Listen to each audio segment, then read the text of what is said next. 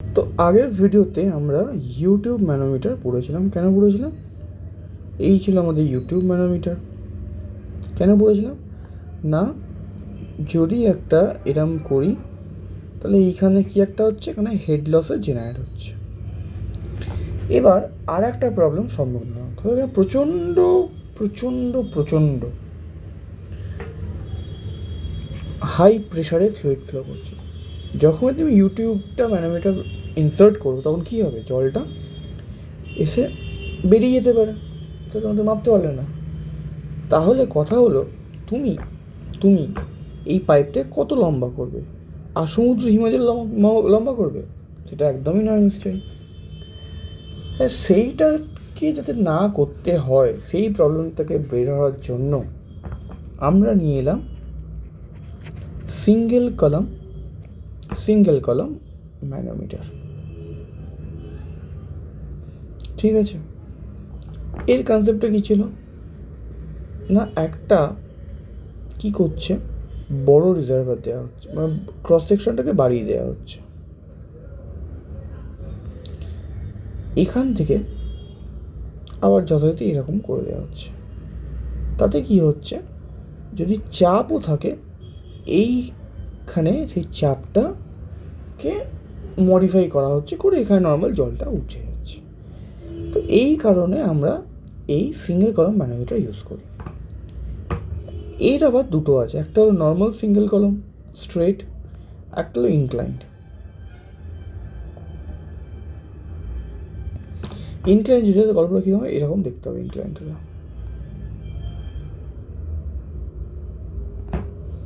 এখন কথা হলো ক্যালকুলেশনটা হবে কীভাবে। যদি আমার এইটাকে ডেটাম ধরি,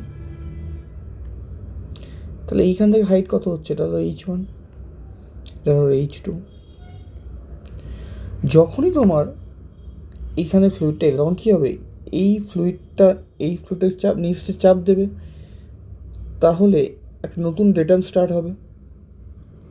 তা এইটা হলো ডেল্টা H2। তার জন্যই ফ্লুইডটা কী করবে, উপরে উঠবে, ঠিক কিনা?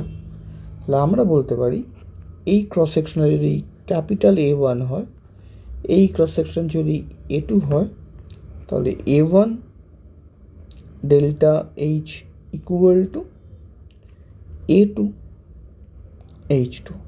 তাহলে এখান থেকে আমি একটা করতে পারি delta H equal to A2 H by A1, কারণ আমার পক্ষে তো এইটুকু ডেল্টা H তো মাপা সম্ভব নয়, তো সেটাকে আমরা এরকমভাবে বের করব। তারপর আর কি, যদি এইটা আমার যদি ডেটাম হয়ে যায়, কী বলছিলাম, এই ডেটামের প্রত্যেকটা পয়েন্টের প্রেশার ইকুয়াল টু, তাহলে এটা যদি এ পয়েন্ট, এটা বি পয়েন্ট হয়, তাহলে আমি লিখবো pressure at A equal to pressure at B. প্রেশারের এটা কে আছে, ρ1 G H1 plus delta H plus P, আর এদিকে কে আছে, ρ2 G H2 plus delta H, তাই পি ইকুয়াল টু হয়ে যাবে ρ2 G H2 plus delta H minus ρ1 G H1 plus delta H। এই গল্প শেষ। এবার কাউ যদি মনে করে না সেই ফর্মুলা মুখস্থ হবে, তার জন্য সাজিয়ে গুছিয়ে নাও। কী হবে না, ρ2 G H2 minus ρ1 G H1 plus delta H ρ2 জি মাইনাস ρ1 জি। তাহলে ρ2 G H2 minus ρ1 G H1 plus delta H জি ρ2 মাইনাস ρ1। আর ডেল্টা এটার ভ্যালু কী ছিল, ρ2 G H2 minus ρ1 G H1 plus delta H এর ভ্যালু ছিল এ, এই যা A2 H2 by A1 G ρ2 minus ρ1। এই হলো simple গল্প। তো এখন তোমার ব্যাপার, কনসেপ্ট মনে রাখবে না, ফর্মুলা মুখস্থ রাখবে। তো এই ছিল সিঙ্গেল কলাম ম্যানোমিটারের গল্প। আর যখন ইনক্লাইন্ড থাকবে এটাকে H সাইন থিটা ধরে নেবে, ঠিক আছে? তো আশা করি ভিডিওটা বোঝা গেছে, খুব সহজের কথা বোঝালাম। ডাউট হলে অবশ্যই জিজ্ঞেস করবে, ভালো লাগলে অবশ্যই লাইক করবে, সাবস্ক্রাইব করবে। আরও এরকম ভিডিও দেখার জন্য অসংখ্য ধন্যবাদ।